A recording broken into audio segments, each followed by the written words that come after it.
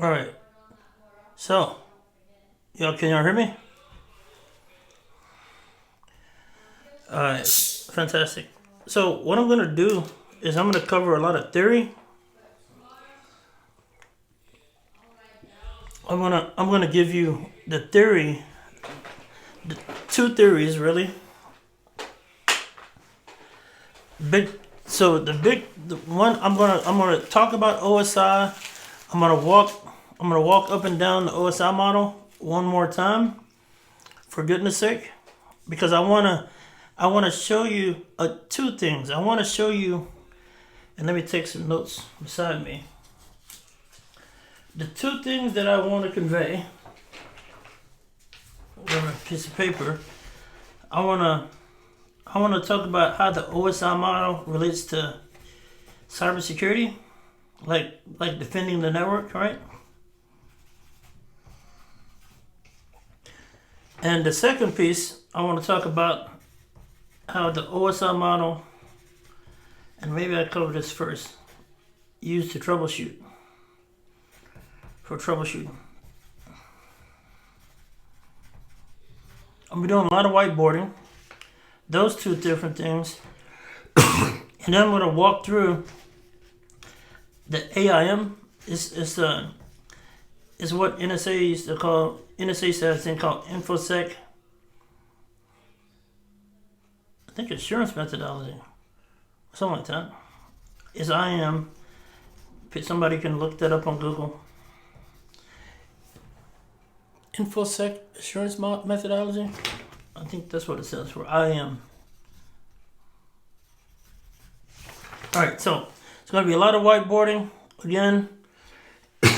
This whiteboarding is good here. So I have a lot of, my allergies are killing me. I'm in Austin, Texas. I did not know that Austin had this many allergies like this till I moved here. All right, so we covered a lot of stuff last time, and we covered all this stuff. We talked about NAT pools. You know what? I'm thinking here. Now, did anybody? All right, let's just like kind of like do a recap here. We talked about a lot of stuff here. We talked about this mail server situation here. We talked about this external. Let's start here with the DMZ and all that stuff though. The concept of DMZ. Now, how's everybody feeling about this concept? Is there any questions about how DMZ works and what it's for? Just ask me. I'm looking at the Twitch chat. It's a little bit of delay, but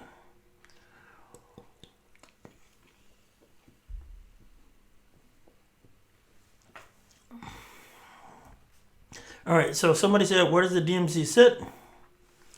So say if you had, so usually a firewall, I'm gonna just cover this real quick. Usually a firewall comes like this and it'll have a couple of ports. All right, let's just cover this. I'm gonna make a simple, easy diagram of how DMZs work. So even if you look on your local, your Wi-Fi router, and what you'll see is that you're gonna have a certain number of ports, right, on the back of that device. So let's pretend this is the back of the device, and you have these network plugs that you plug in. Those network plugs look something like this. They're gonna be like this. They're usually clear, and they have a cable. You're plugging this up. So this is like typical configuration. Now what's cool about that is so you're plugging this up to the back of your network. Actually, let me select these two and delete them, because there's even like a better, nice little. I can do this, and I'm gonna just pretend that that's this, and I'm gonna add a background to this. All right, so that's we're pretending this is a network cable. This network cable has copper in it. It has copper wires. Typically, it's going to be using at least 4 of those wires.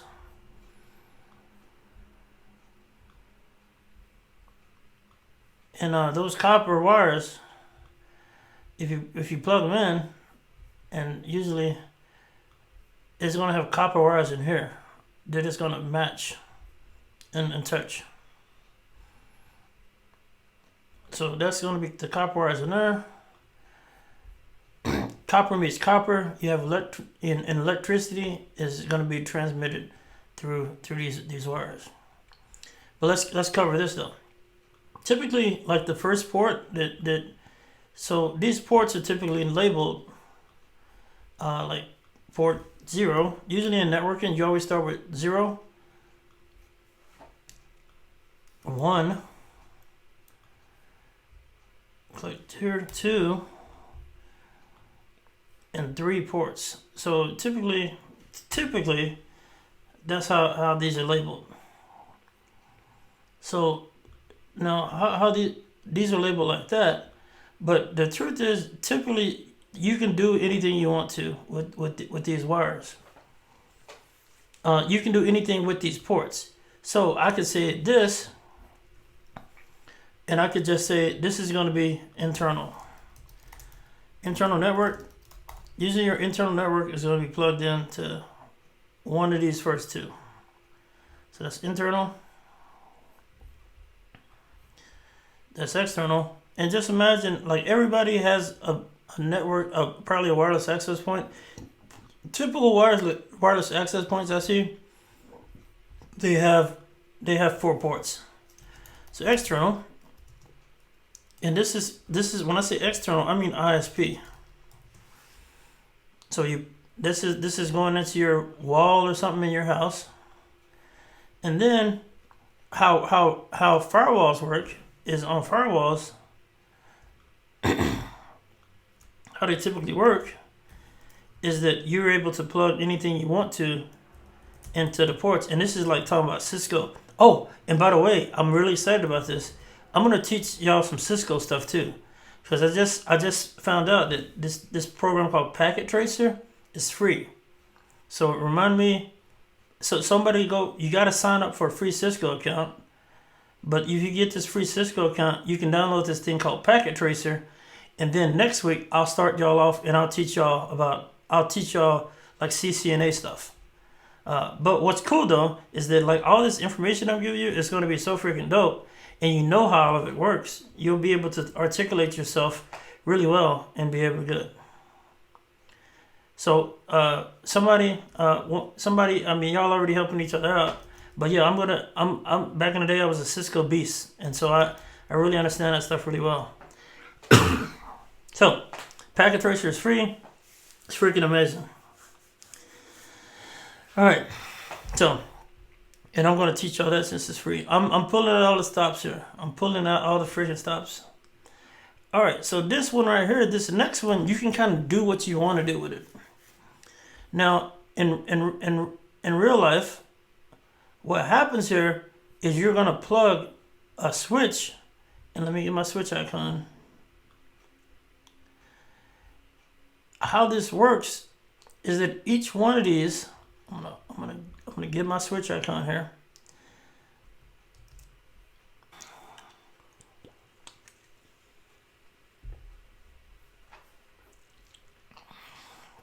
I love y'all. Thanks for encouraging me.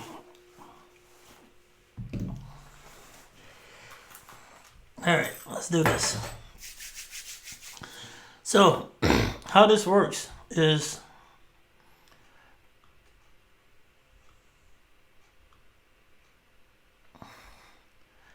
every one of these networks, these plugs, is typically passed to a different switch. So in this configuration, in a closet, this is not connected to the switch. I mean, this one is not. This is connected to your ISP. So let me correct that. So this is connected to the internet.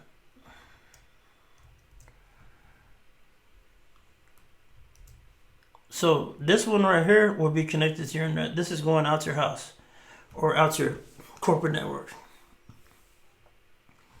Now, the truth is that corporate network there is going to have, that corporate network here is going to have dang switches and routers and all that stuff there. But typically this is kind of like how it's going to be built. You have one port going out to the internet, you have one going to your internal private network, and then you have one right here. So how these rules work here, and I'm going to try to blow this up a little bit. So basically, this right here, this internal network, we said this port 0 in our little drawing.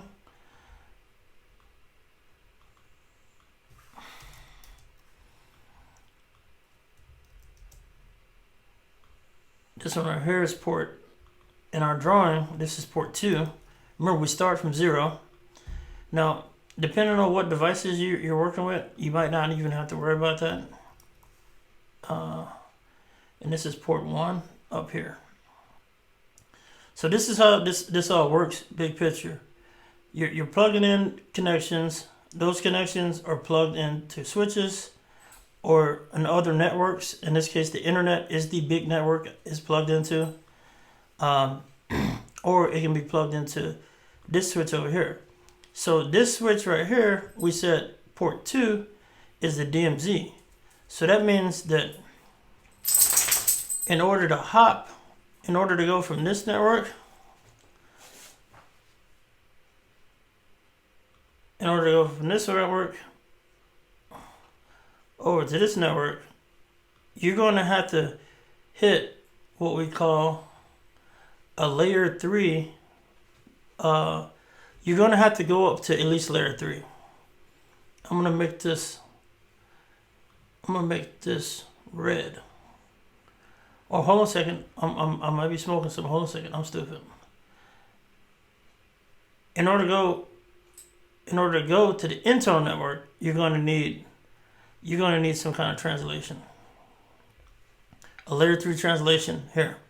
So anybody plugged into here can't just communicate to this port. And this is how it all works. It works in hardware and software, where you're going to need a route or a translation in order for that to work. And I think that there's probably in that Cisco packet tracer, I think there's definitely going to be access control list. But basically you can say, hey, this DMZ, certain DMZ traffic can go to here, right? By default, as I said last class, I'm going to say to go to here, and this is to go out to the internet. To go to the internet, dang it, is absolutely, that's allowed. Dang it. My dog's, I don't know if y'all can see my dog on my lap. She's nuts. So to get from internal network to the internet, no problem. The same thing here, getting from the internal network to here, this is the DMZ, no problem. But the DMZ can't automatically get to here, and anything from the internet, anything from the internet can go. You have to initiate that connection first. So you just can't hop from the internet. I'm gonna draw this to here. You just can't hop. You just can't do this hop. So getting to the internal network is not allowed, and it's all wires. And the reason why I'm going over the OSI model in a second here is to show you how this all works in that context. Does that make sense? Sweet. Somebody said that there's a just go ahead. Boom, boom, boom. All right. So hopefully that answers your question. They're physically, like if you've seen any network closet or you worked a little bit in networking, you'll know. But like sometimes if I'm in the store or whatever, what I do, and this is my dog is tripping right here. My dog's right here being annoying. trying to crawl on my lap almost. So what you're gonna see is like what we can do here is I can do make this smaller, and I can go in here, and I'm just gonna Google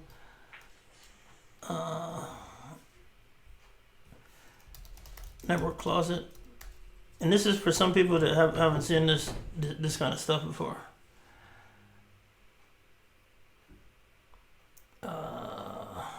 Those are some of these are extreme examples, but like that looks about right. That's not open image in the tab. Let me try. I'm gonna blow this up a little bit here. All right. So when you look at a network closet, what you're seeing over here, this red stuff, instinctively, I think that's something to do with network security. By the way, but all these cables is doing exactly what I'm talking about. This right here is indicative of an internal network. This is a LAN. These right here, these sparse servers, that kind of looks like a couple of servers, perhaps. These look like servers, but these right here, that's a bunch of all the wires in the company in the building are going to that network closet here. So that's what that looks like.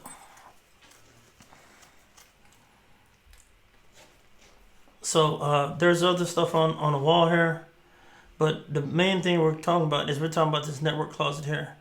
And this is actually pretty good cable management here. Cable management meaning that it's relatively neat. There's a little bit of give here.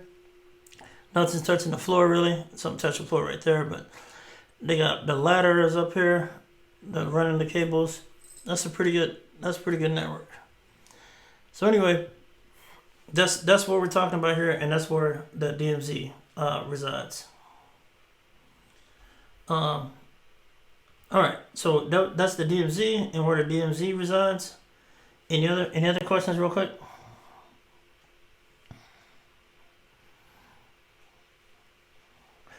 So LAN default is pretty much anywhere but nothing.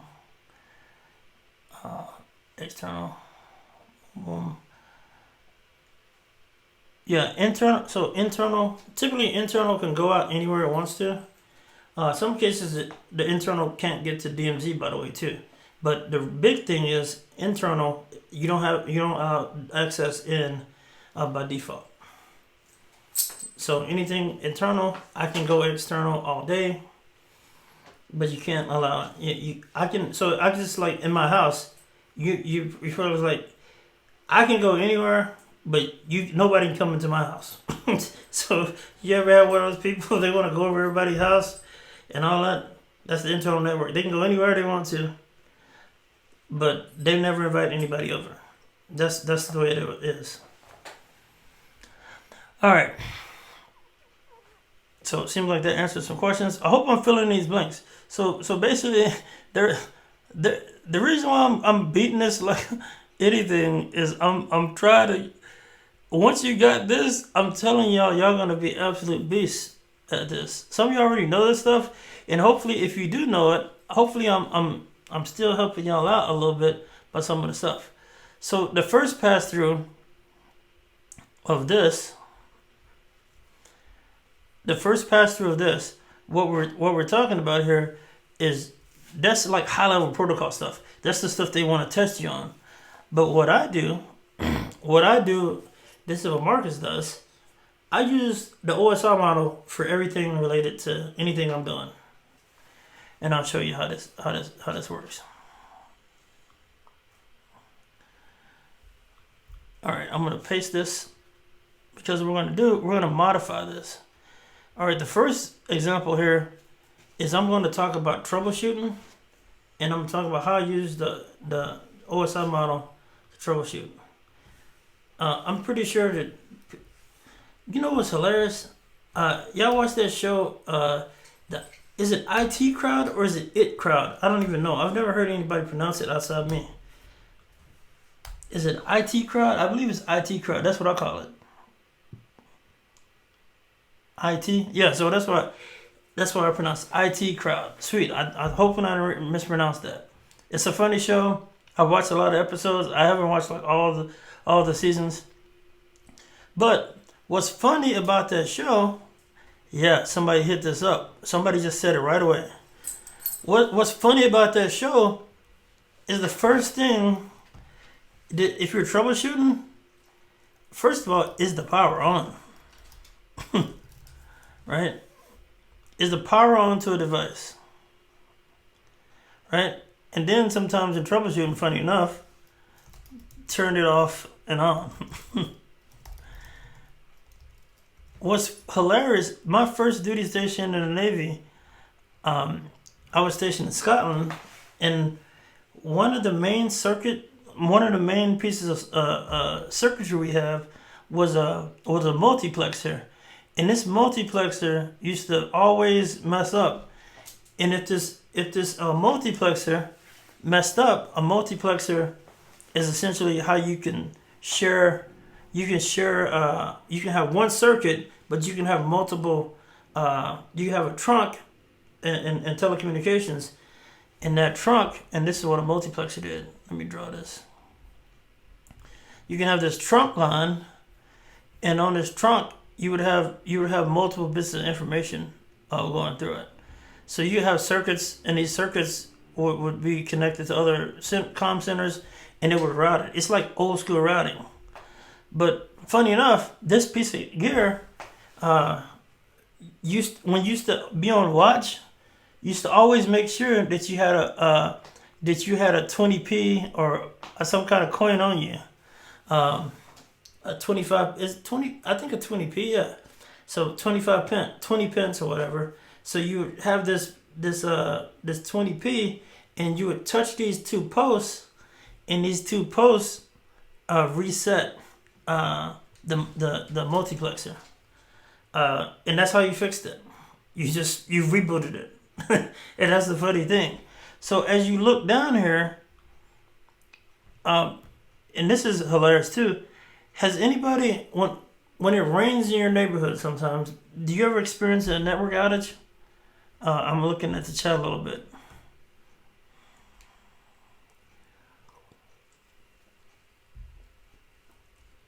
The reason why, when there's thunder and lightning and all these different things, it depends on where you live. My dog wants out. We got a dog lover. I guarantee if I let this dog out, the dog's gonna come back. All right, let me see if the dog wants out.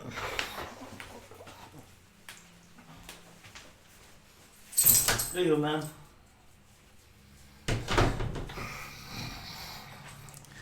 So I wonder how much time.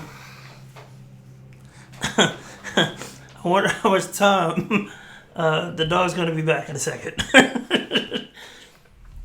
So the reason why that happens sometimes is because when you have water and electricity doesn't like each other. And I still believe to this day, I know when I worked in a large data center, anytime we had rain in the area, stuff went down. All kind of stuff went down. Because that's a physical problem. A physical problem could be an earthquake, right? So, an earthquake could be a physical problem to an operation. So these are things that you need to plan for. You need to plan for, I'm just going to call it natural disasters.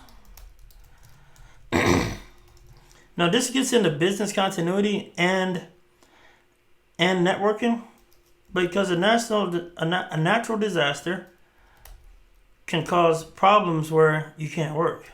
Funny enough, a pandemic can affect it doesn't affect the physical so much, but it definitely affects the physical location. So I'm going to save that for security stuff. But a natural disaster can definitely cut power. You can have fires. You can have, you can say outage, right? So anything that's a natural disaster, a fire, it could be an electric fire. It doesn't have to be a natural disaster. they had fires in in the dang in the Bay last year, terrible fires, and it messes up stuff, right? So all these physical things in the world, because these wires and cables are physical things. Somebody said floods. Yeah, floods definitely. All of those can affect the physical layer. There's tons of different things, and even like there's solar flares that can affect satellite communications. There's like somebody said it's BGP a natural disaster. Some people may claim it is. I had a good friend of mine that's like, well, not a good friend. He was a teacher of mine. He was awesome. Wasn't personal friends, but he taught me a lot. He said he was like one of the he had a CCA number. It was like 1020 something. It was like we was one of the first CCIEs, and he told me, he says, I'm surprised that the internet works, Marcus. I'm like, wow, that's crazy. So this guy, he knows more about the internet than anybody that I knew. He put some of the first routers on the internet, and he's like, I'm surprised that this even works.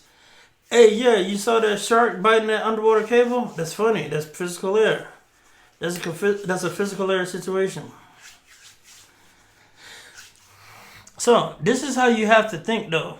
Like as you are now, and like turning it off and on is actually a valid troubleshooting measure in some cases. All right, so that's physical air. And what I'm gonna do here is I'm gonna try to make this look halfway decent. I'm gonna drag this down. So when you think of all this stuff, just keep like whoa, I can't move that down.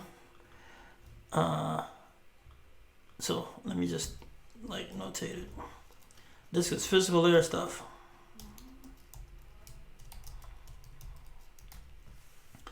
And hopefully what I'm giving y'all is some gems to kind of like think how to think of this stuff a little bit. I'm going to put this up top. I'm going to put like a little line underneath it.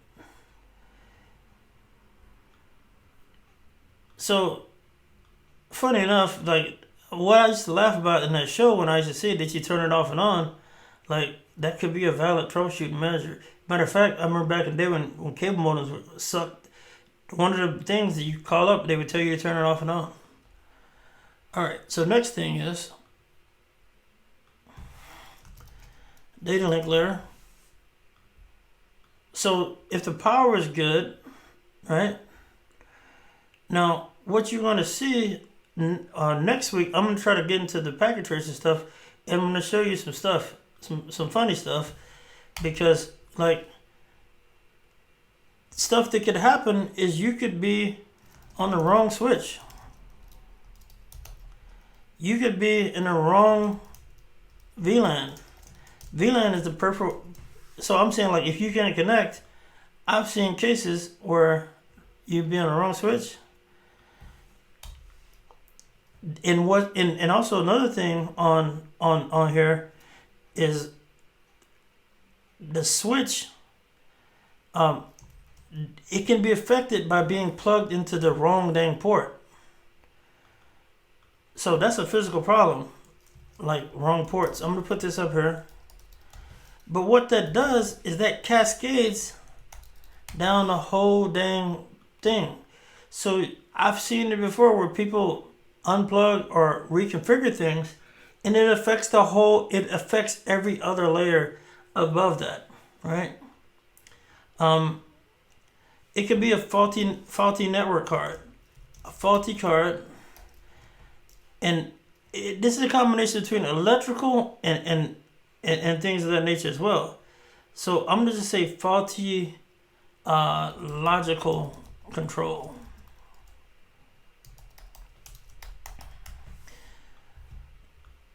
There's this protocol, and y'all learned about this probably in Cisco stuff. There's this thing called spanning tree protocol. There's collisions that can occur here. And what the spanning tree protocol is for is to fix broadcast storms.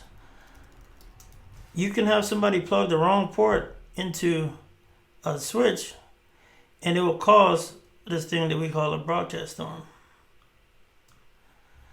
and it will take the network down.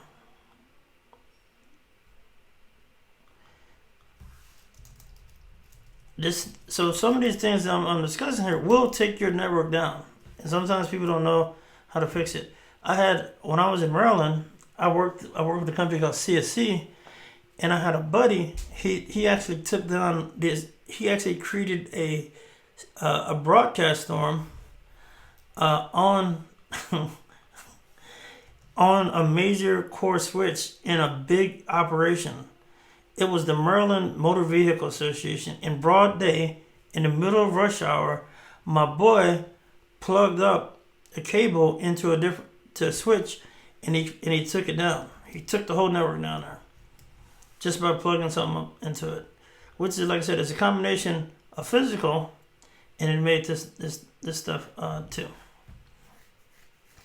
So, but basically, when you're troubleshooting, the funny thing about this whole situation is that sometimes the whole CIA availability has a lot to do with the network, if the network's right.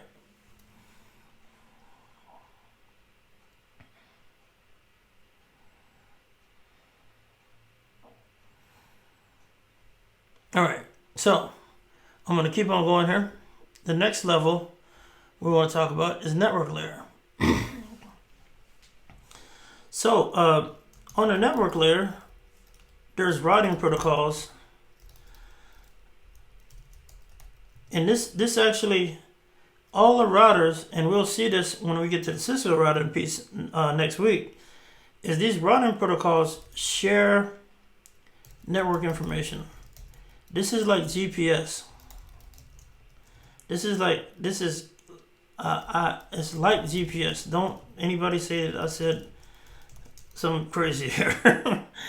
It's basically, you know how GPS can usually take you to the right route.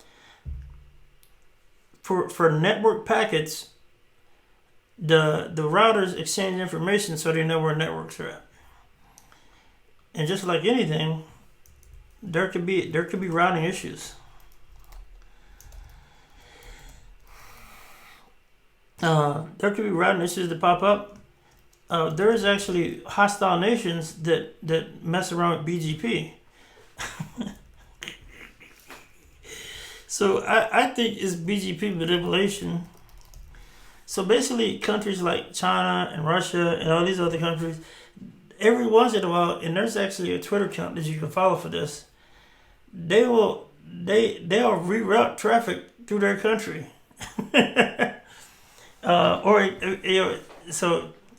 But it's, and the reason I bring up the nation states is because it's funny to me, is because, like, if I wanted to snoop on somebody, spy on somebody, I can just send all the traffic through my country. So and so basically that's a problem that happens at the network layer. Because BGP is how the internet routers exchange information. So anytime there's like a BGP problem, and sometimes these have resulted into major incidents. But like routing issues could be any protocol though. So BGP stands for Border Gateway Protocol. Border Gateway. What that means is that between networks, there's a bunch of borders, and it's a specification to how the internet routers exchange routes.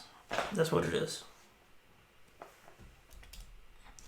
So now these are things that you will definitely you can see these routing issues on an internal network.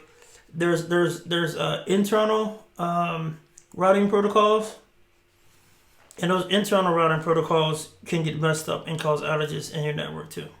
So always have a good network team on your squad.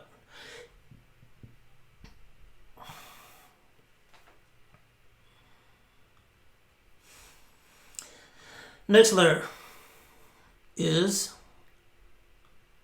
T, transport. Transport layer.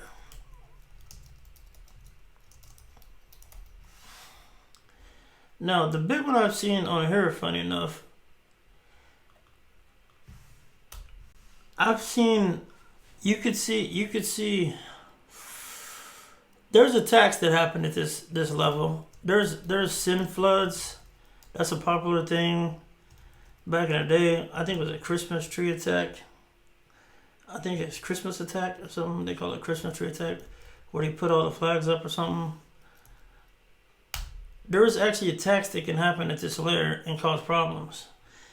Also, I know I experienced this personally. Low bandwidth. Basically, if you drop packets,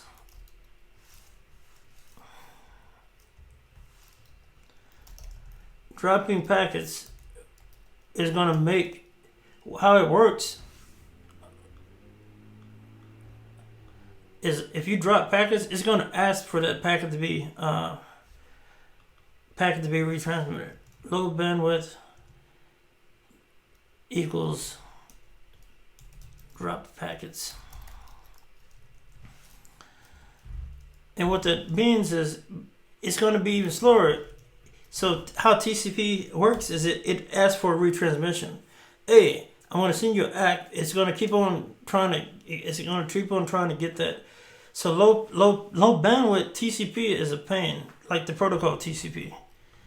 TCP over low bandwidth sucks. And so in some cases, what I've done to fix that, and I'm going to say you can use UDP instead. And UDP is faster at some things because if it's low bandwidth, TCP doesn't ask for retransmissions, so you can actually transfer data faster sometimes using UDP. I can guarantee you, well, I can't guarantee anything, but I would assume that most streaming protocols, they should be using, hopefully they're using UDP, and I don't even know, I haven't looked into it, but somebody can maybe verify that as well. So if you're sending a lot of traffic and you don't want to wait for retransmissions, you need to consider that as a part of a solution or whatever. So network. Now, what ends up happening with some of these different things, some of these SYN attacks can end up being a DDoS attack. So let's just call that out. Distributed denial of service attack. So some of that stuff can happen there. So this is what I like breaking this down, because typically when people break this stuff down, they're just talking about the tech. I'm talking about here, I like to break this down about what's actually happening and what you can do as well. Is this making sense how I'm walking through this? Everybody, can y'all give me, this is making sense? You understand the theory? This is how I think, and so hopefully it can transfer on this as well. All right, so what we're gonna do is I'm gonna take a break real quick to the top of the hour, and then we're gonna go the rest of the time. I'm not gonna take any more breaks. All right.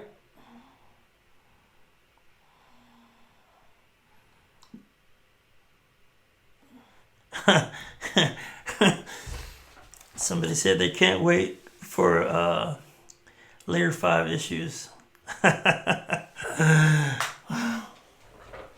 Me either. One day. Don't hold your breath for layer 5 issues though.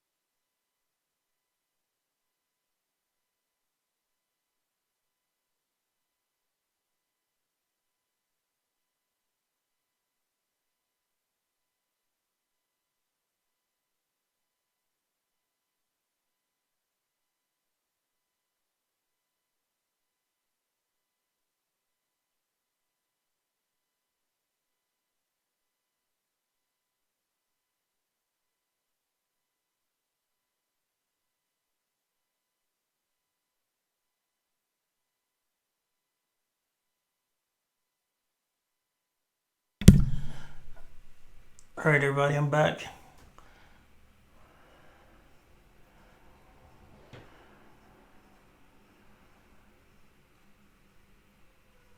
Alright, so I see people asking about the videos. So basically, all the videos are on YouTube.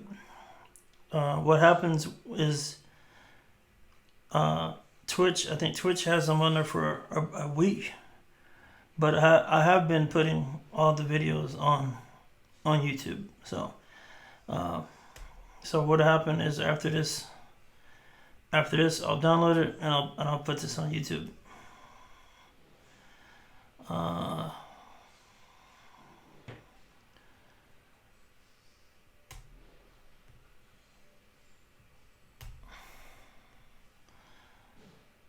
right, I'm about ready to get started back up.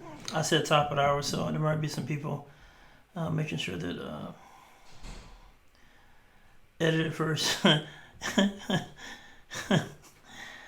Pretty sure I don't have any credit card information on there, but I will go through and clean it up though. But so the reason why this theory stuff is important is because I know for sure that a lot of people don't understand some of these concepts, and I mean like people that are like in charge of making decisions, and people that are charged with responding to stuff. So I want everybody to have this theory stuff like really down, like you know this stuff. And what's cool though is that as you know the theory really well, you're going to be able to you'll be able to pick up anything new.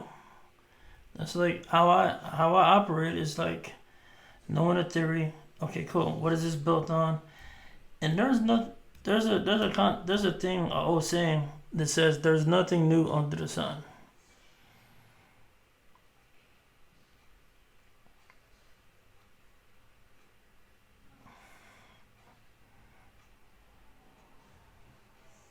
Yeah, Wobba Fett. Yep, nothing's always bad, but there's cases where you can do. Every tool can be used for good or bad. You know, most of the time people are good, hopefully. But then, like, if you know the tools, you can use. Understand this technology to me is a superpower, and you can use your superpowers for good or bad. All right, so you ready to go? You're ready to do this? I'm waiting on like. Let's keep it moving. So we said transport layer here.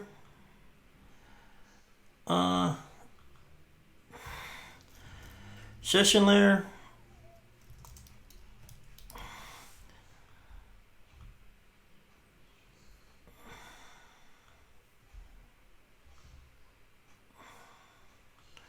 Next layer. Presentation layer.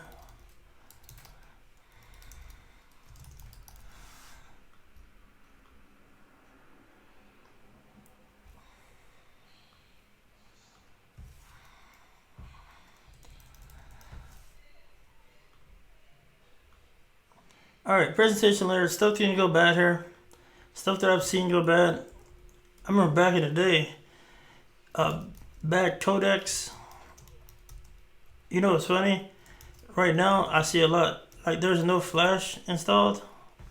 That's what I think presentation layer problems are. And then funny enough, this is what's really funny, is this is what I consider like presentation stuff right here. So if you said something like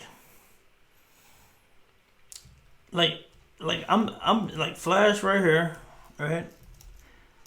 Because you'll see it. You'll see this come up. You also see PDFs come up. I mean, heck, you'll see Word documents or something like you know. So basically, like when you get to something, and I'm talking mainly about business and not security. In business is to make money, and so sometimes in business, what's funny about the business piece is there's going to be cases where a business piece And the presentation layer is going to determine policy, right? And so, bad codecs used to be back in the day. We don't get that as much. I'm kind of old school, where you want to watch a movie. Everybody had their different specs back in the day, and and so you ended up not being able to watch certain content and all this other crazy stuff. But luckily, many of the protocols, thank goodness to Mozilla and Google and heck, Microsoft now supporting open source stuff. Many of these things is not a problem as much anymore. And right now, I mean, you can see all this stuff. Back in the day, this sucked, man. You always would have some kind of presentation layer issue, and then you would have to download a software. And in some cases, this made people use software that was vulnerable in some cases. There was a ton of Flash exploits back in the day. There were a ton of PDF exploits back in the day. And to this day, there's Word exploits that are very prevalent. There's PDF exploits. So I consider that all physical error. And so in each step here, there's some business type decisions to make. Are we supporting this software and things of that nature?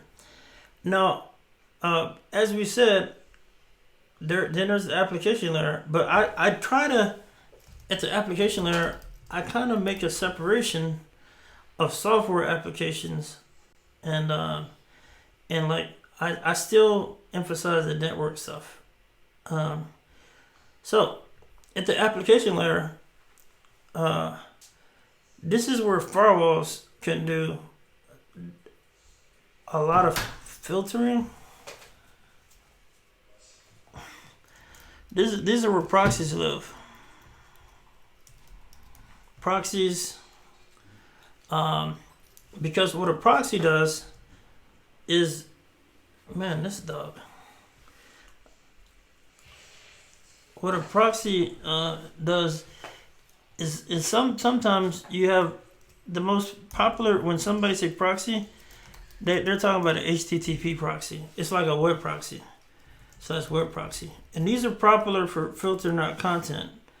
Because what you can do with a web proxy is you can do a lot of stuff with a web proxy. And what that proxy does is it's a security device, just kind of like a firewall, where it sits right here, and I'm right here. I'm a user on your internal network. So a lot of these edge devices, a lot of these I'm gonna call them. No, I guess I'm call. They're kind of like a DMZ type device, and so let's call this a web proxy.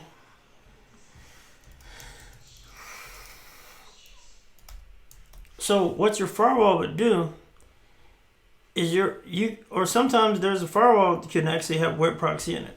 So many of these things, if I say firewall, I'm not talking about a physical thing. I'm talking about the functionality of it.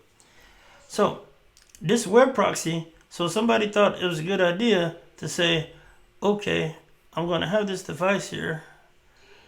This is a monitor, right? And I'm going to draw a laptop here. Somebody thought it was a good idea. And this is a good idea because some of these things work pretty well.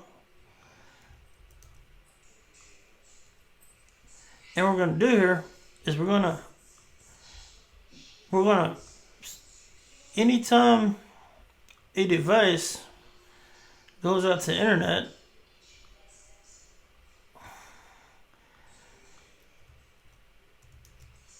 I like drawing, so forgive me. Forgive me in my need to draw diagrams. I'm trying to make up for all the network diagrams that I didn't do back in the day. So what happens with a web proxy? When I type in Google, right? What's going to happen here is what we're going to do is we're going to do a couple of different things. I'm trying to go out to Google, right? But what a web proxy can do, and so this is actually quite popular, by the way. This is actually quite popular on the real internet. So I type in google.com on my browser. I go out, and I really don't hit Google, what happens is, in a separate connection, that connection stops there, and then I go to the internet to Google. And why this makes sense, why this is on the application layer, is because what happens is, I'm going to think I'm going out to Google, and right now I would have to go out to Google on port 443. And that's SSL or TLS, whatever you want to call it, HTTPS. I'm going on that port. I hit the web proxy, so it's gonna intercept my communications here, and it's gonna go out to Google, and it's gonna proxy the request. Now, what's cool about this is we talked about how we had a DMZ now. So say the DMZ is right here. This is the firewall. And you would probably put a proxy on something like a DMZ. Because if the proxy get compromised, they can't just hop into your network. So it's more like this. And I want to say, this is a firewall.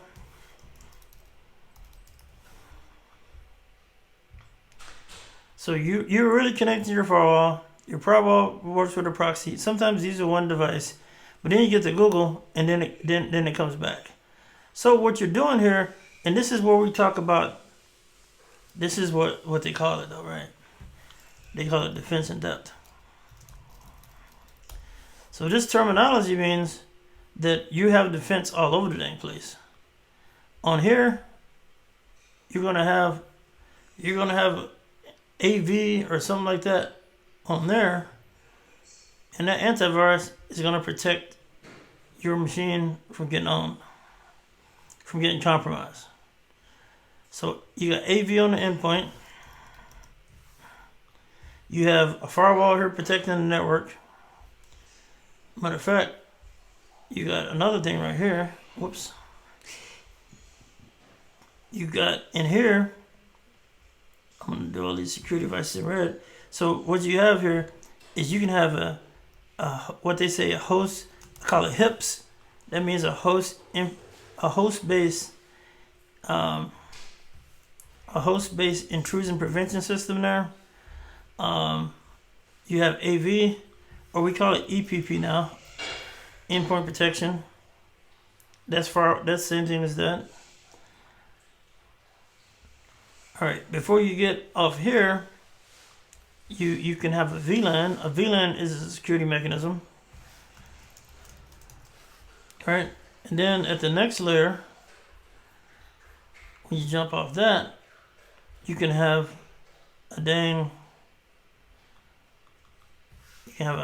let's say we have a network IDS in here.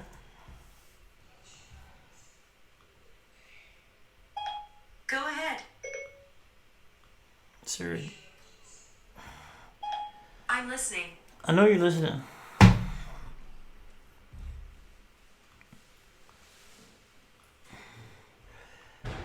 Dang, I can't even get the error no more. I got all these network things. This is what your network really looks like though. We got that there. You can have layer 3 ACLs there. Access control list.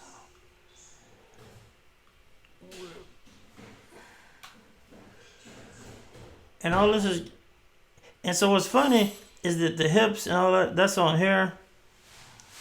You can also have a firewall on your local machine, a local based firewall. I'm gonna just type FW. I mean, there's all kind of stuff. So basically, what we're describing here is defense in depth. It's going through all this stuff essentially on all these different layers. It's hitting the firewall, it's hitting the proxy. Now it's going to Google. So the original request that you did is getting stopped around the firewall and the web proxy. And what you're getting here is that in many cases, the web proxy, it also can cache requests too.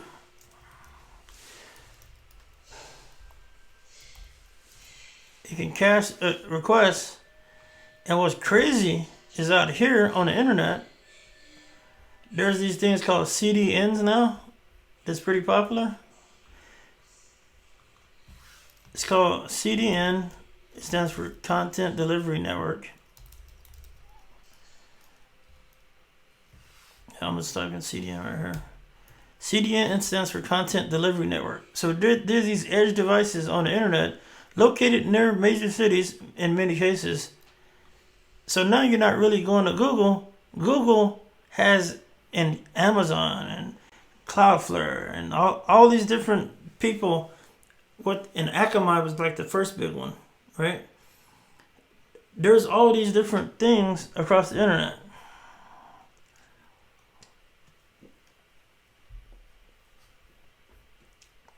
So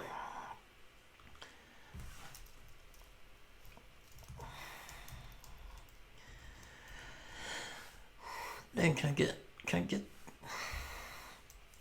so essentially what you have is this is what it's called defense in depth. But what you have to know as a security person is, all right, what are all these different things and what the heck, how do they work? And this is what I'm saying. VLANs, this is where, like we talked about many of these things.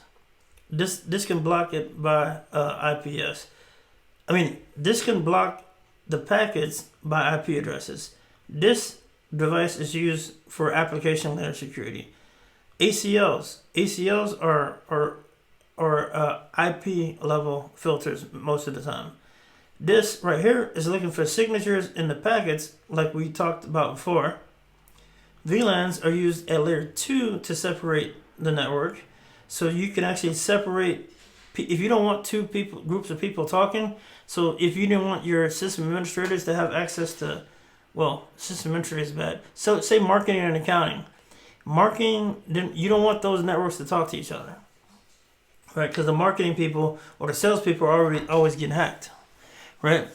So you put them in two different VLANs, and you would have all these other devices, so they have to take a hop off that VLAN to connect to somebody else on your network. And this is all defense in depth, and this is why understanding the OSI model is a good thing, right? So when I talk about OSI model, I'm thinking of all this stuff and how you knowing this can actually help you defend networks pretty well. And somewhere along all these different things, and I see somebody mention logs in the chat. Many times there's this thing that it's called a SIM. And what that's a term that I think Gardner created, the SIM. It's called a log manager. So all these devices along that stack are sending information or sending logs to the SIM. So you have logs from here. You have logs from here. You have logs from here. You have logs from here. So this is why people like Splunk, if you know Splunk is making a killing because they're charging you. They're charging you for all this data that you're storing on their stuff. They're killing it. and most of these people are adopting most of the SIMs and the people in this thing. They're just throwing a bunch of text files, log files, into these systems, and they just sit back and get paid. So I'm drawing all of these lines what your defense in depth is sending to this log, this SIM. So we have terabytes, petabytes, all kind of bytes, all kind of, words that I don't even know because I'm just a country boy. I don't even understand English that well. But what you have is you have all these logs going to this SIM, right?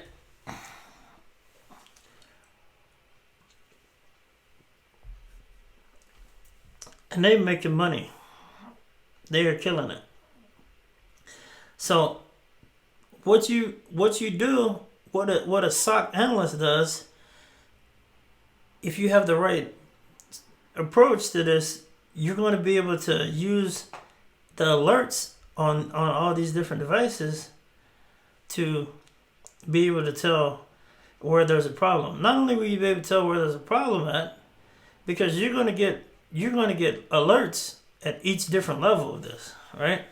When a switch powers on or a router powers on, it's going to send you a notification to say it powered on or it powered off or whatever, right? So you can monitor many of these things.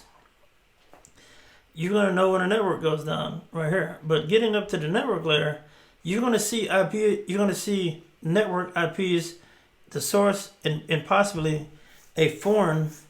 It's SIM? Alright, my bad. Hey, you say tomato, I say tomato. But the network layer, those logs are going to be from those devices that we talked about. These are a lot of network related things. This is switch related things. So if you're getting an alert off of HIPS, you know that alert is alerting on that machine right there. If you get it on IDS, you should have an idea of where that IPS is located at and know where that traffic's traversing.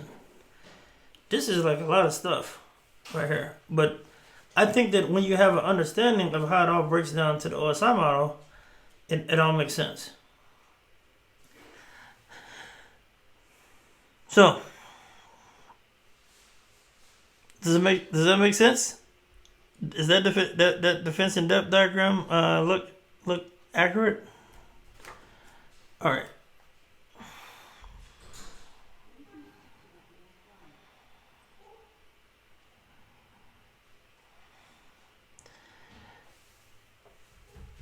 All right.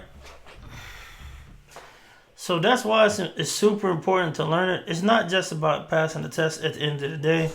It's about how these devices work and all that stuff.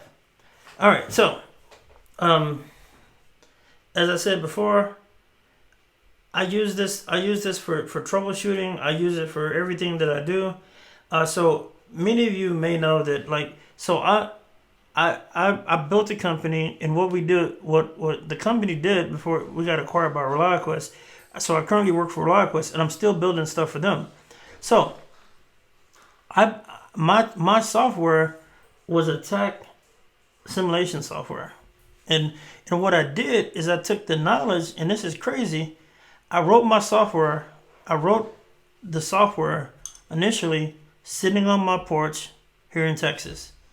Like real, mosquitoes biting the heck out of me, because I knew that what people were doing is people were throwing all the stuff in their network, but they didn't know if it was logging properly and if they could detect the breaches. Now, this is not a commercial or anything, but what I'm telling you is that I didn't have Splunk, I couldn't afford it, and all these other devices that you can spend millions of dollars a year on just the software, right? So what I did is I just knew how the OSI model worked, and I imitated traffic happening at all those different layers. And just by me knowing how the OSI model worked, I was able to test out all this software that you see right here. Many of these different things, ACLs, test that, do lateral movement, do all the different attacker stuff. It's because I knew it.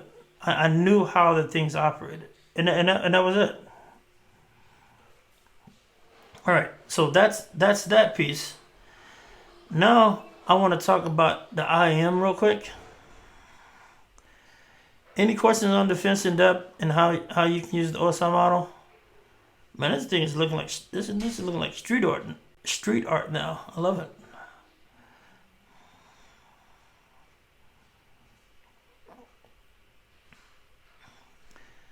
All right. So hopefully you're finding analogies. Oh, so basically, and so how I would test it. Somebody asked about what I mean by testing it. So some people deploy firewalls and all these different things, and they don't have a way to test it. I mean, to see if it works.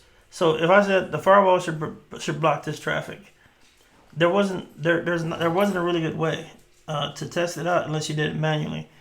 And so, the whiteboard. I posted the whiteboard into the Discord channel. Oh, it's in GitHub too now. That's dope. So yeah, so my man Patrick has an awesome GitHub. He's compiling. That's it. So that GitHub is nice. So, and also last time I dumped the whiteboard in there as well. All right, so let's talk about the information assessment methodology. Oh, that's right. I just said it without thinking of it. That's funny how your brain works, right? Sometimes you think about it and... All right, let's do this. Green. And we're going to make this center and make it very large. All right, let's talk about the information assessment methodology.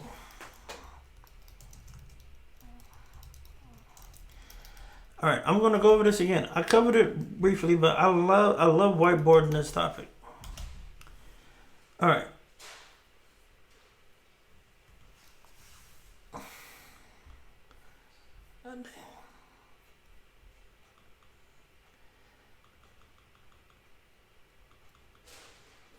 All right, I love doing this one. This actually, I don't think this like really exists anymore. But NSA is doing really cool stuff. I sat down with like the guy a couple of months ago. I sat down with the guy that's doing like a lot of the cyber stuff at NSA. Super cool guy. But it was just funny because I haven't worked there in a long time. It was just funny, you know, chatting with people that still at the fort. So it was funny. All right, so basically this was actually created back in the day. This is from NSA back in the day. Now they used to. This training used to be free too, by the way, and it was on the internet. Somebody needs to revive this. Because the reason why I liked it, because NSA and NIST, the National Institute of Standards and Technology, NIST, they actually come up with a lot of policies that we talking about here. Even some of the concepts is probably from there. I'm brainwashed probably because I was in the military, and you know when you go to the military, they brainwash the heck out of you. And also I think NSA brainwashed me too. So, you know, this is going to be super funny. I actually thought back in the day that you could be 100% secure. I was that crazy. I was like, man, you could do all this stuff and you could just be 100% secure. But here's the deal. Somebody have the NSA IM? That's dope. So a PDF. So basically, why this is important here, because I would encourage, if you're defending a network, that's why you gotta have a reason why you're defending it. So you don't have to defend everything on a freaking network. In the last class, or last session, what we did is I was telling y'all, it's all about the data. What data is important? So I'm gonna type in a couple of things here. If you're a hospital, all right, and this is gonna be like delayed a little bit for those watching, but hopefully I can make this work. And so hospital, electric plant, name me something else. What's a like an industry? Let's say hotel, just like hospitality.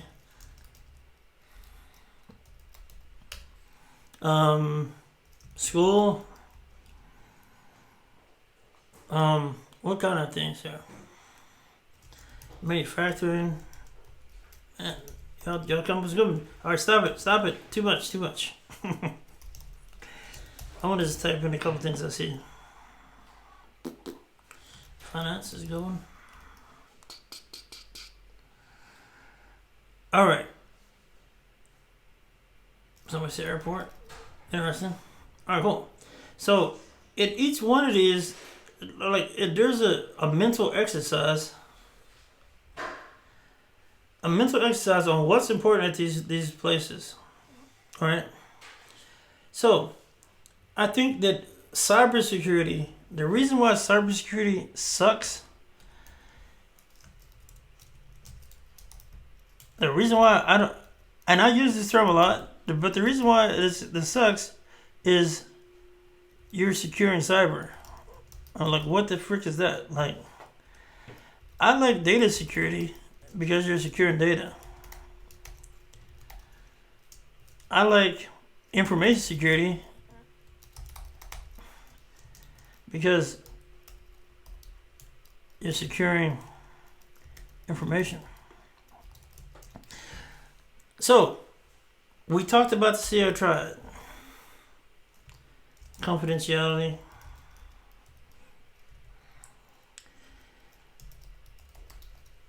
Availability. And integrity. Now, this mental model, all right, what is the most, and this is something like hospitals get hit like crazy right now. So, in all of these, the military taught me a crazy thing. All right, the most important thing in any of these places is human lives. That's the most important thing, right? So,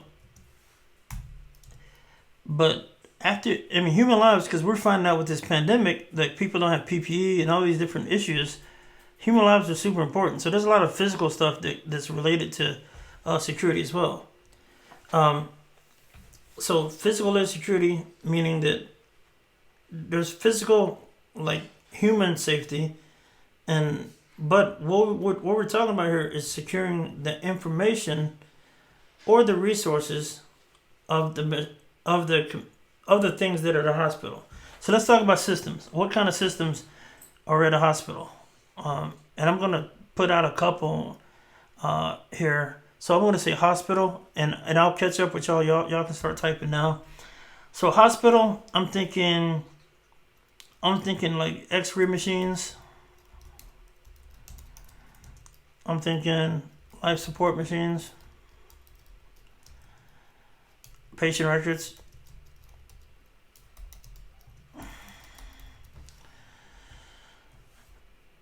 It's a lot of good stuff.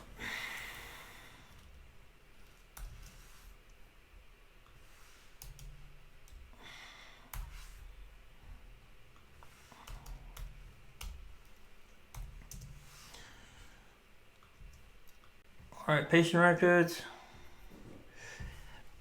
Somebody said ventilation machines. Definitely right now, right? It's crazy. People are ransomware these hospitals still, right? People are attacking hospitals still. All right. Prescriptions.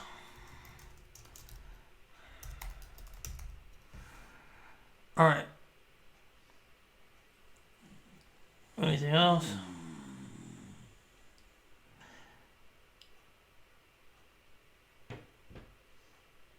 All right, that's a lot. That's a lot. So these medical records, patient records, EMR is a term that we use and that they definitely use if they're doing this. So I'm gonna type this out so you know. So sometimes I know myself. If you don't know an acronym, sometimes you feel intimidated. So sometimes knowing the acronyms make me feel better. At least like what they people throw out these bloody acronyms, and you notice that I'm using British vernacular sometimes. Bloody. All right. So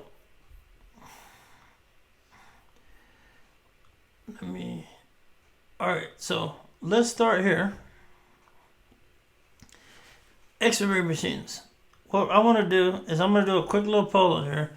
What we're going to do is we're going to go through here and I'm going to ask you what's more important on these different things. What's more important? Is it the confidentiality, the availability, or the integrity of the X-ray machine? If that's a computer system, what's most important? I'm saying, is important to be confidential? Is important as their availability? Is important as their integrity? All right, so we have a couple people. I'm seeing availability. All right. Oh, you know what? I'm gonna break this down even further. Watch this, because some of y'all are making good points about different things. So, availability, you need it for X-rays. You need it for X-rays, right?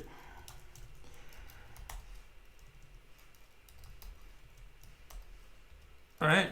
Whoops. So you need it for X-rays. I'm just gonna get rid of this line here. And so I agree with that. You need it for X-rays. Now, but you also need to say, hey, it needs to be it needs to have integrity, because the X-rays matter. The X-rays have to be the proper ones. I'm gonna say proper ones. That's kind of like a British thing, right? So I'm looking here, availability, integrity. So nobody, confidentiality. Nope, I think confidentiality. Somebody said confidentiality is their top one.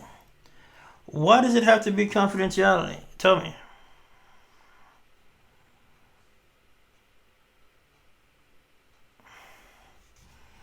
All right, so let's rate this real quick.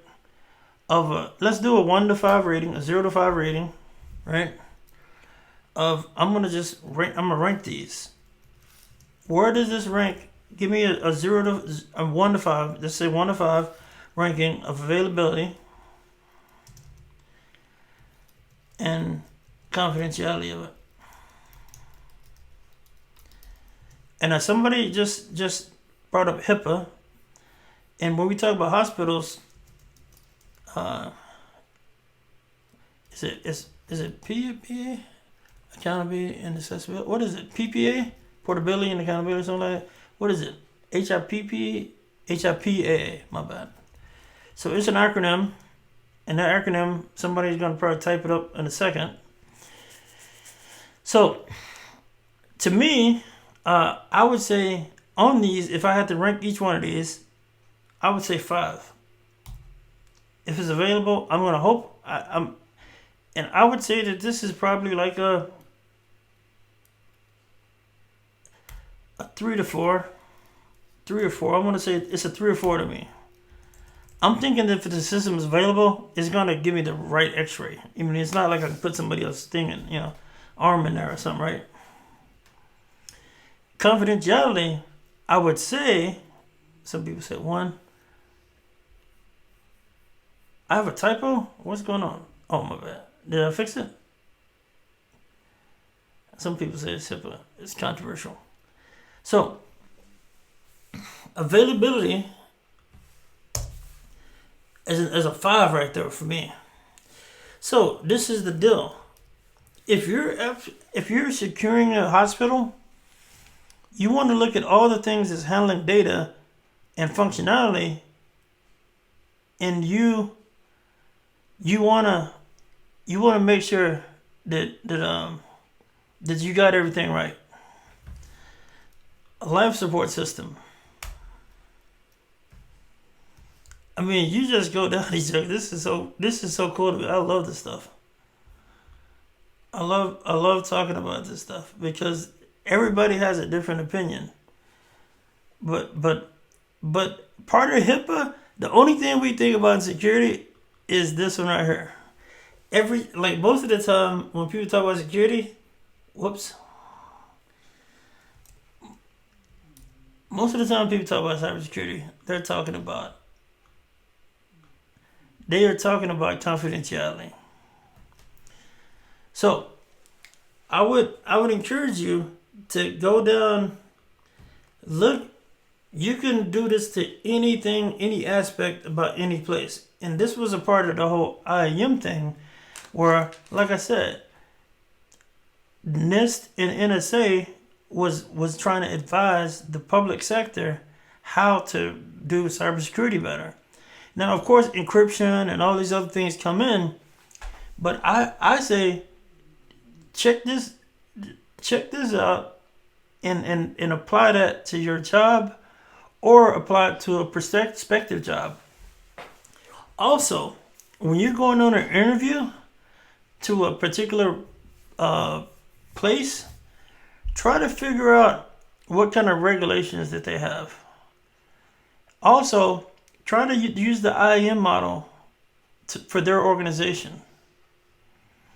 What kind of data do you believe they have? You can probably answer some really good questions. I mean, you can probably ask, how do you protect this? How do you protect that? Right? And even looking at the job post, you're going to be able to tell how they're accomplishing those goals. Right? Now, how can you protect X-ray machines? Let's dig deep. If I was this, what I would do is I might put them in their own, VLAN. I would make sure that all these X-ray machines were in their own VLAN. I would probably make sure all medical devices are in their own VLAN. At least. Maybe you would put them on a separate network. All right. Maybe if you could, and some of these devices you can't touch them because it would violate the accreditation that system has in some cases. You want to make sure, how can you lock this down? How can you lock it down? Can you put AV on it or endpoint protection? What OS can you put on that X-ray machine? What OS? Can I patch it? Right? Can I put a firewall? Can I put, and this is a layer 3 control.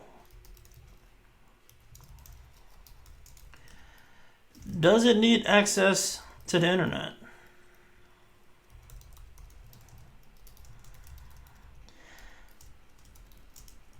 These are the questions that you can ask, right?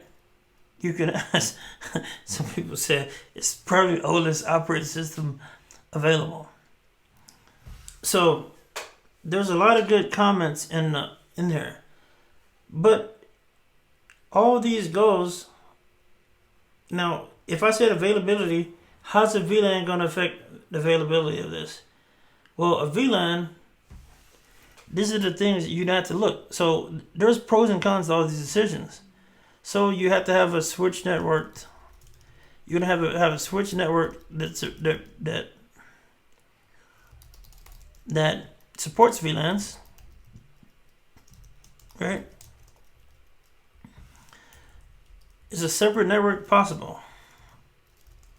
Is that possible? So no AV. No AV. You can't put AV or EPP on it.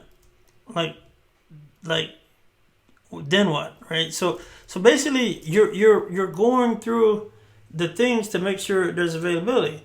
Now, if confidentiality was the most important thing, many people would say, "Oh, can I encrypt it, or can I put super crazy password authentication and all these different things and all these different." So that's how you actually approach when you're securing a network. That's how you approach it. Now, I like to use IAM and I like to ask these questions so then I can prioritize. The first thing is availability, right? But you do want it to be confident. You do want it to be confidential.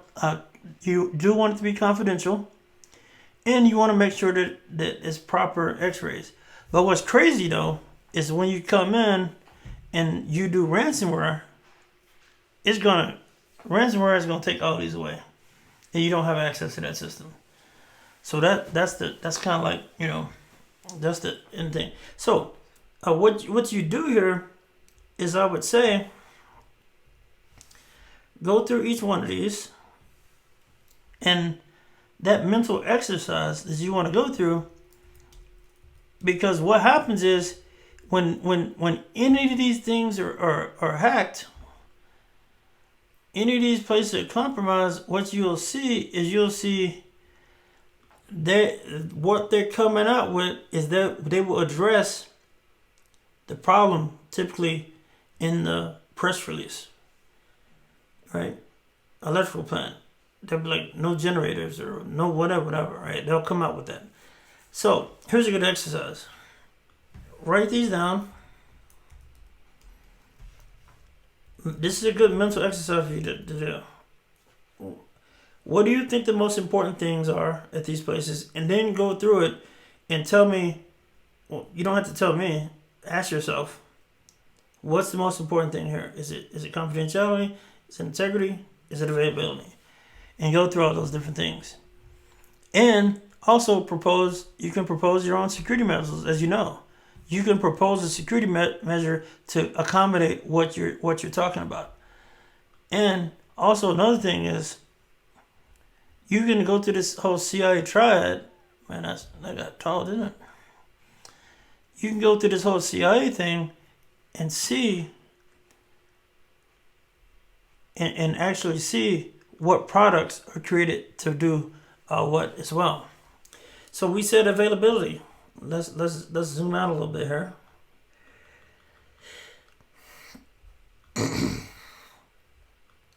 Let's look at this defense in depth thing.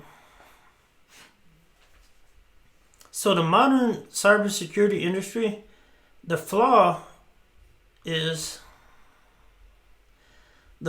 it is that now we've kind of jumped the shark, and we gotta protect everything mode. I think some things are okay to be. So it's okay to make some sacrifices. Is what I say. So if you look at this, if you look right here, at each one of these things, and we could put more stuff on here, but some of these, like a CDN, that's to ensure that Google's content is available to all these people. Netflix, I saw a lot of Netflix mentioning. Netflix, what Netflix does is it has CDNs because so if I'm working Netflix, availability is the number one thing. So you need to make sure, if I'm Netflix, so let's turn this around. Netflix want to communicate with all y'all. Netflix, Hulu, whatever, Apple, all these cats are streaming. And we know that it's a lot of bandwidth.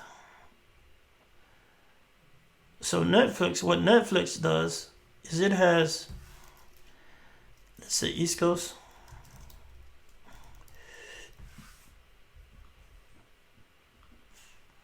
And this is going to follow the population centers.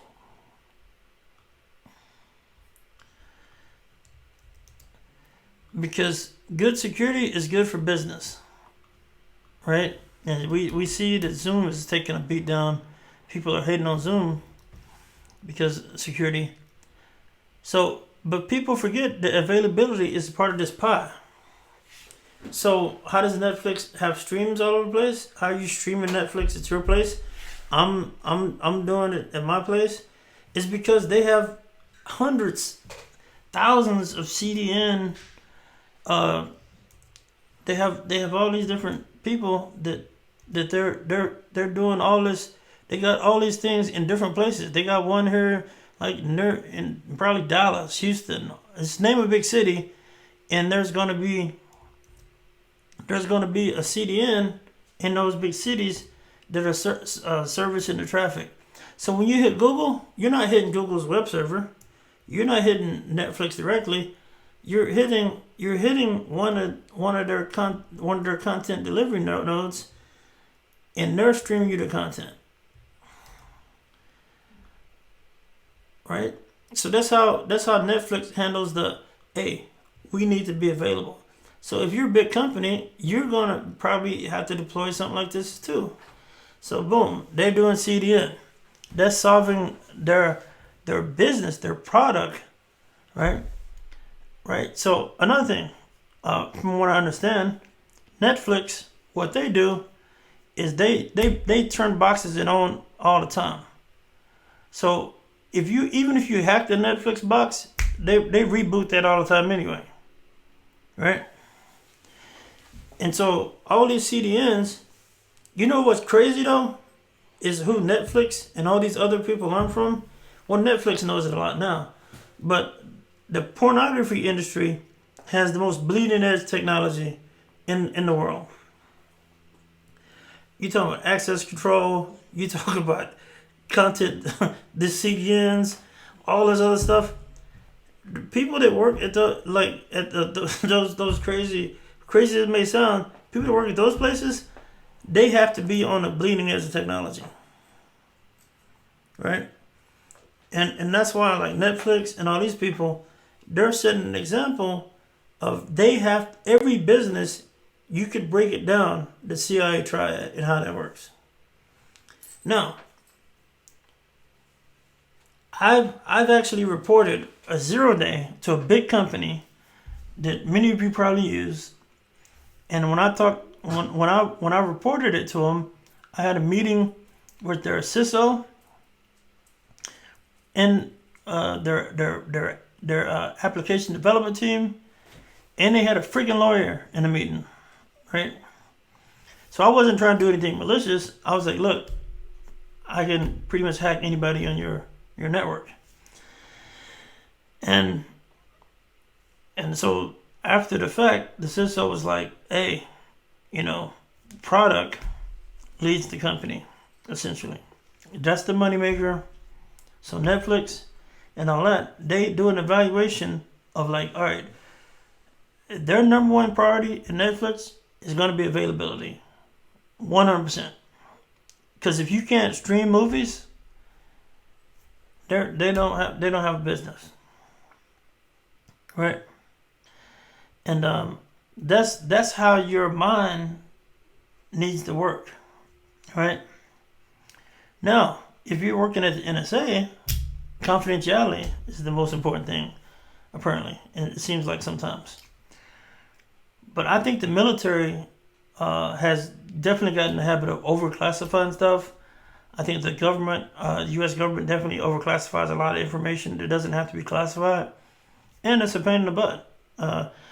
When you try to secure everything, and that's the saying, when you try to secure everything, you're not securing anything at all. So even one little potential breach of those high security level places seems god awful, and that's why they make the news. When a government agency or any of these agencies get compromised, oh my God, it's the craziest thing ever because they overclassify everything. So hopefully this makes sense, and this is kind of like a rant, but the key thing is get your mind right. It's all about confidentiality, and it's all about the CIA triad. It's all about it's all about the IAM. What information do you want to try to protect? And all these fundamentals. Like I said, I use this stuff every day working pretty much. Many of these things we're talking about, it's always a consideration. So if I'm building a new server, I need to think how that's going to work. I need to know what ports. If I'm building an Amazon cluster, I need to know what ports need to be taken into consideration. You need all these different things that we're talking about here. This is a massive brain dump. Of course, I'm just dumping everything. I'm dumping many of these things into this document, and hopefully it helped you out. Yeah, that's. I think that's what I wanted to cover tonight. I wanted to cover the OSL model for defending. We talked about several different things. We talked about the concept of defense in depth, protecting each layer. So what I need y'all to do is I need y'all to go download Packet Tracer.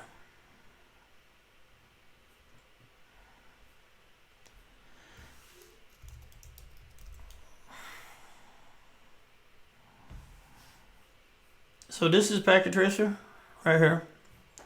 What Packet Tracer is cool. This is a pretty cool tool because what it allows you to do, you can Google search for Cisco Packet Tracer, download, and it will guide you to go download the dang software. I'll put this on Ubuntu. It's available for Windows, Ubuntu. I tried to install it on my Mac, but it didn't work. So it was complaining about a library problem. So Google Cisco Packet Tracer.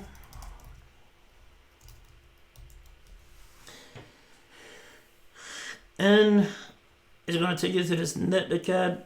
You gotta create a password. You gotta create an account, and then eventually you'll be able to download Packet Tracer. So next class, this is gonna be Thursday. I'm gonna walk you through how to set up a network. I'm gonna walk you through how to do routing. Heck, I might take several classes on this. I might do a couple of weeks of this. Why not? Are y'all cool with that? Yeah, the Mac download was complaining about dang OpenSSL library. So I think I'm gonna cover this a lot because what I like about it is that it actually shows you the back of these devices. Right? You can put different cards in there. This is similar to what I was talking about earlier. So I'm gonna teach y'all how to be little Cisco beast. I'm gonna do Security Plus content. Like, all right, so let's talk about this real quick. Homework on the Network Plus. Where are we on the Network Plus? Right? I mean, on Network Plus, I wanna try to do the last 4 weeks for Network Plus. So what I want to try to do here, the next 3 classes, I'm gonna do Cisco stuff. But hey, you have to trust this process here. Basically, what I'm doing is I'm trying to give y'all so much game that Security Plus, you're gonna have to study for Security Plus. But the most important thing for me is that y'all understand this stuff. Y'all understand how this all comes together. And so, if you gotta trust the process. So, you know what I said? Somebody said, shout out to Joel Embiid. So the process that I'm taking on is, what would I want somebody, if I could train somebody that didn't have any kind of background, what would I want them to know? Right? And so, that's it. So, what would I want you to know? And how can I get you to talk about network stuff convincingly? Right? Are you able to understand, like really understand the OSI model? And what does that freaking mean to secure network? Can you really talk about routing protocols and IP addresses and talk about VLANs and end-to-end network connectivity and all those different things? Right? That's what the goal is. The goal is to make y'all a beast and know this stuff. All right, so 2.5 and 3.1, what's the... All right, yeah, that's it. So do 2.5 and 3.1 of the Network Plus stuff. The terms are for yourself. I'm going to try to cover stuff that you don't know. So in order to understand variable subnet masking, I think you have to build a freaking network. Variable subnet masking, subnetting, VLANs, all that stuff. Like, I could tell you what that means, but I don't know. I don't think you can do that. So what's cool though is like this Cisco stuff and all the other stuff I want to do is you're going to be able to follow me through it. So download it, install it. I only trust official sources. So even if you have to sign up, I would sign up if I were y'all. I would sign up for the official Cisco stuff. And if they get annoying, just unsubscribe. So, terms for Network Plus, 2.5 and 3.1.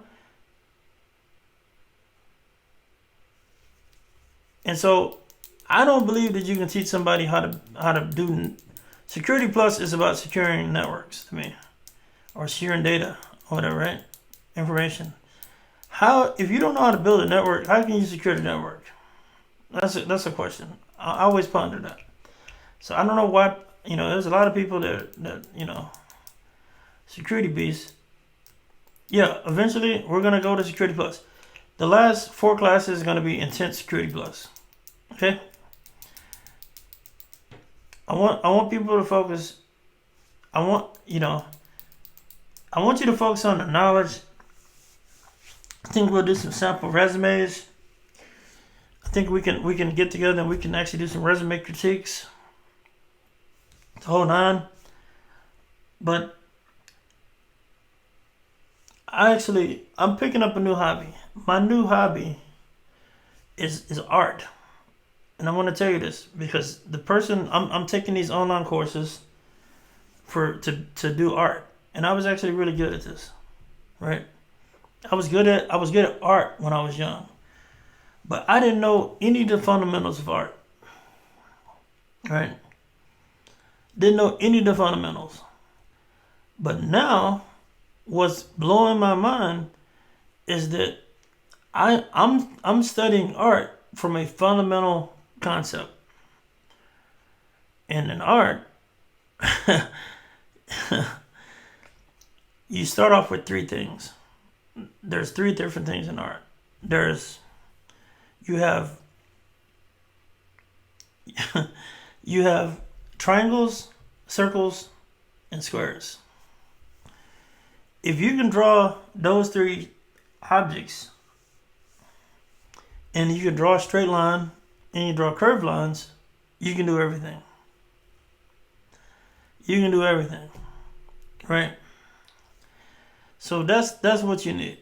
And so what the person I'm learning from, I'm taking these courses, and he said something so profound, and it made me think about teaching security, and like somebody. So what you're doing here is you're not competing against the people here in this course. You're not. I'll tell y'all after I finish the course. I'll tell y'all about it. I will reveal who. I'll tell y'all about the course I'm taking. So what the guy said, he said, you can go to college to be an artist, but most of the time people in that little microcosm, you think you're competing against other students, and you're competing to be valedictorian, and you're competing to be all these different things. But in reality, who you're competing against is the rest of the world. So there's all these artists that have graduated from these colleges and all that stuff. But the best artists put in the time and the work. So I say the same thing for network security and Security Plus. And there's a lot of people that have Security Plus out there. Just like there's a lot of people with art degrees. There's a lot of people that have Network Plus. Just like there's a lot of people that have art degrees. However, you're going to have to understand the concepts. And if you understand the concepts and demonstrate the work is not passing a Security Plus.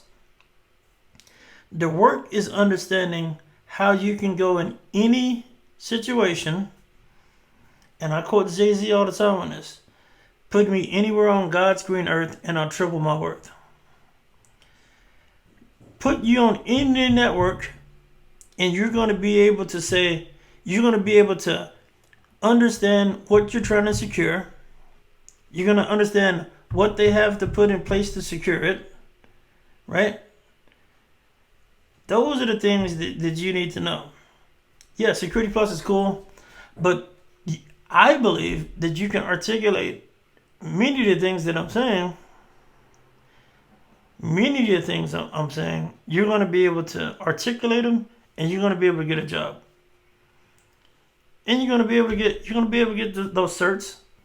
But I'm telling you, I don't know. I mean, I want y'all to be able to smoke anybody with the certs. I want y'all to be able to smoke anybody with a with a college degree, right? You know what I'm saying? That's what I want you to be, because I'm gonna introduce you to some tools in some cases. I'm gonna introduce you to a methodology, but that's what I'm talking about. I'm talking about you being a beast and you being able to not compete with just if there's somebody they got a security plus and a network plus. I want you to think of that like, all right, that's cool, but can they get busy though? That's it. So anyway, that's my rant. I'm very pumped up for y'all. I think the next 3 classes I want to do Cisco stuff, because if y'all listen real close, at each level of this, I'm ingraining security. I'm ingraining OSI model. I'm talking about the IP. Doing all this. That's what I'm trying to do in my mind. And hopefully y'all can see that. So y'all can do it. There's no doubt. So let's do this. So we got several more weeks, and there's no limitation on this. You know, I don't know when this is gonna when this is gonna end. But we got several more weeks to go. To quote Robert Frost, there's miles to go before I sleep and miles to go before I sleep. I appreciate y'all for showing up. I really am pumped that y'all help each other out so much. Thanks for all the mods and people putting in work in the Discord channel. I've been super busy as a mug, but I appreciate y'all checking back in with me on Tuesdays and Thursdays. So, see y'all next time, and I'll be posting this on YouTube very soon. Take care. Bye-bye.